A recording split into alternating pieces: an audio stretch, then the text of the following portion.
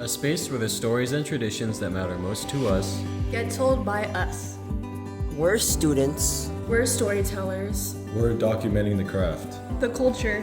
And the traditions that are important to us. through our own eyes. In our own words. No outside voices. No filtered narratives. Just real stories from the inside out. This is the Blue Oama Project.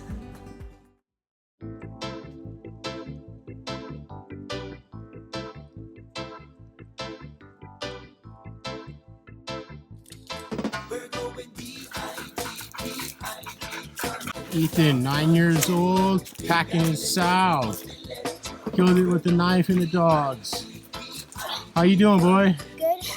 Pretty heavy? Yeah. Ready for a rest? Yeah. All right, boy. Give me a shaka. Yeah. Wake up at the crack of dawn. All my dogs are going off in the front lawn. They know we're gonna go down the road, cause they hear the gun load. Ready to go, catch a really big one. Look up in the sky, is it rain or shine? No matter, cause we have a one-track mind. Gonna keep going until we find a really big that I can't call mine. We're going B-I-G, B-I-G, hunting. Gonna look around for a real big something. Drop the tailgate and let the dogs patrol. Big Island boys, we come to let you know. We're going B-I-G, B-I-G, hunting. Gonna look around for a real big something. Drop the tailgate and let the dogs patrol. Big Island boys, we come to let you know. Ready to go, time to get this show on the road. The dogs are locked in with the tailgate closed. I'm the general and these all of my soldiers. In the heat of battle, divide and conquer. Listen good for the call of the tracker. All the rest are just waiting to answer. Steady back and there goes my grandpa. Lock him down so get the meat in the freezer. We're going B-I-G, B-I-G, hunting. Gonna look around for a real big something. Drop the tailgate and let the dogs patrol. Big Island boys, we come to let you know. We're going B-I-G, B-I-G, hunting. Gonna look around for a real big something. Drop the tailgate and let the dogs patrol. Big Island boys, we come to let you know. This one dedicated to the How's it going? My name is Ethan Fisher, and I was born and raised here in the Big Island of Hawaii.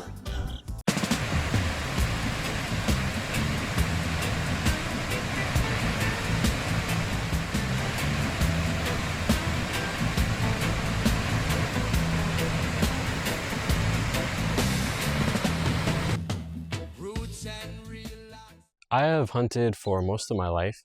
My dad taught me when I was pretty young. I used to go with him, anywhere, honestly, anywhere he would go, I would go along with him. It was, father and son bonding time, in all honesty. But that was most of my fondest memories of my childhood, was going hunting with my dad. And as I, became older, I only learned to appreciate it even more. And it is a big part of my life and who I am.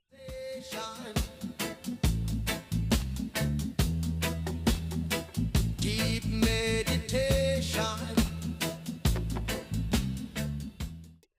My earliest hunting memory that I have with my dad was going hunting on my grandmother's property, and we were walking together, and then the dogs went off chasing a pig, and my dad told me to wait by this big tree that we were right next to, and he made me wait by the big tree for him to come back. And I didn't wait too long. It was probably only about 10 minutes, but that's by far my favorite hunting memory. And it's funny because it was one of the first times I ever went hunting with him, and I always like to look back and think about it. In a way, it sort of helped me be comfortable with my own presence, because being by yourself at a young age in the forest, it's unnerving for most people. So having to do that at a young age, taught me a lot. When I was 8, I killed my first pig. I remember we went out with a bunch of uncles, and I think we caught a couple of pigs that night, but the one that I got to claim was the biggest one of all, and that was the start of it. In all honesty, after that hunt, I became a lot more interested in it, and it intertwined, and that was where the interest started. Deep inspiration. A roots and relaxation. A roots and What does hunting mean to me? To me, hunting is part of what shaped who I am, and it's something that I can always go back to and honestly feel like myself again. Because in today's world, it's easy to forget who you are, and just become so busy with everything going on that it's just hard to stop and think about who you are as a person. And for me, hunting is a good way to get back to my roots, of hunting with my dad. And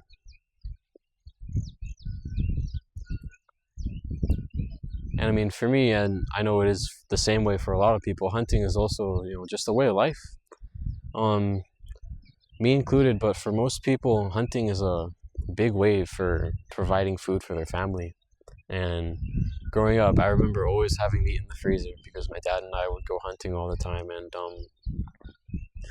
yeah, it was good meat, that's for sure. a roots and relaxation.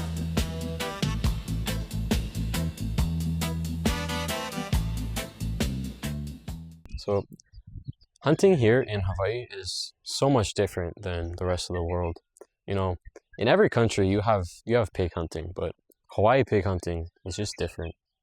But even in Hawaii, there's many different ways that people like to hunt. Some guys, they hunt with the gun. They go out and they stalk and they hunt pigs like that. Some guys, they use dogs to track the pigs, and then they finish it off with the gun. And then some people, like my father and I, we use dogs to track the pigs, and then we go and we finish things off with a knife. And that's just the way that I've been taught. That's the way that my father was taught, and that's just the way that we do it.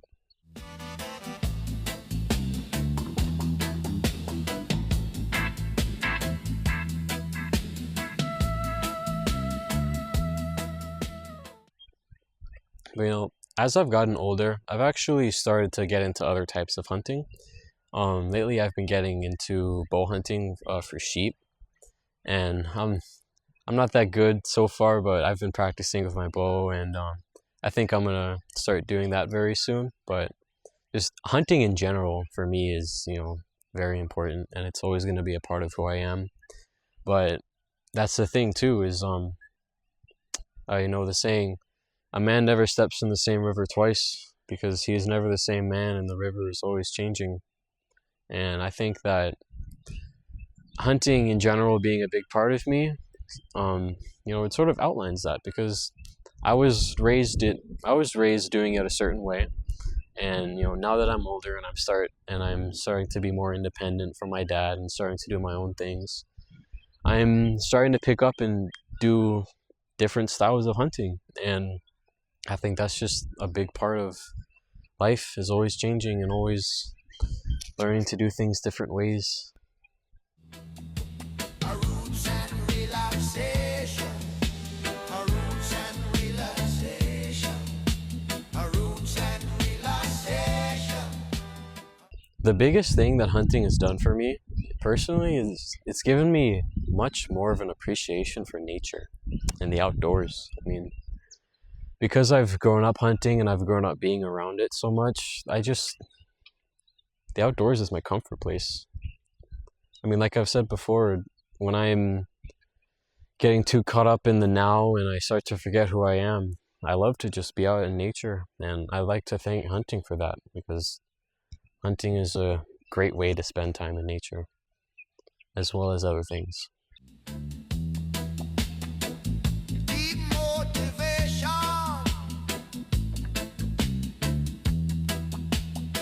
Deep inspiration. I am very thankful to my dad for teaching me at a young age and helping it be a big part of my life, because honestly, I'm not sure who I'd be without it. I mean, I've been hunting for so long that I'm not really sure what I would have done with all that time that I spent hunting. Roots and relaxation.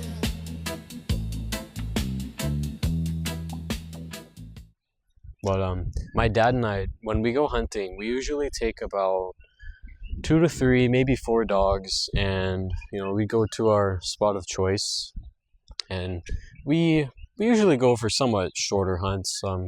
My dad has gone on a lot of really long hunts. I unfortunately have not been able to do such hunts, but when my dad and I go, we usually go on shorter ones. So we usually only pack for the day.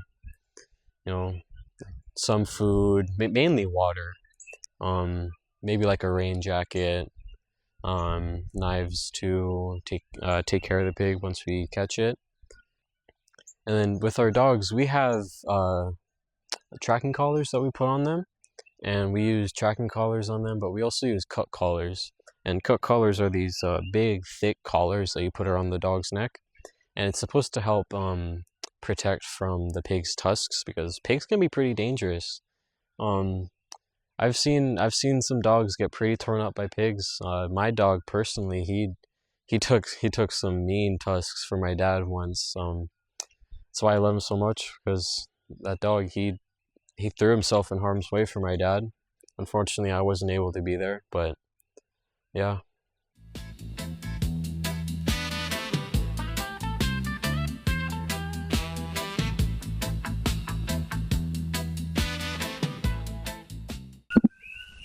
How's it going? We're gonna do a gear check right now. So first, I like to talk about the cut collars that we use. So this is just a thick collar that goes around the dog's neck, and it's supposed to help from pig tusks tearing up the dog. And as you can see, this one has gotten a decent fair share of use. And then this is a dog vest. So this serves the same purpose as a cut collar. It's supposed to help the dog protect against pig's tusks. And this one also has had its fair share of use. This one's pretty old, but we use these ones on rougher dogs, ones that like to go in on the action. This is one of the packs that we use. This one has a medical kit attached to it, and it also has a sheath for a machete, as well as a smallish, decently sized pack to fit whatever we need. And what we usually put in there is, these are meat bags. They're actually old pillowcases that work pretty well at containing meat. And then this is fire starting materials. In the bottle is a lighter, and then these are fire starters. And this is the knife that we use to kill the pigs, and this is the knife that we use to clean the pigs. And we also always bring extra rope, just in case. And these are dog leashes that we use to tie up the dogs after we catch a pig, to make sure they don't wander off. Toilet paper, just in case. And then this is our licenses and earmuffs, just in case. And then this is the rain jacket that I like to use. It's a fairly thick rain jacket. It works very, very well. Can't say how long I've had it, but it works very well is all I'm saying. And yeah, that's pretty much it in terms of gear. Thank you very much.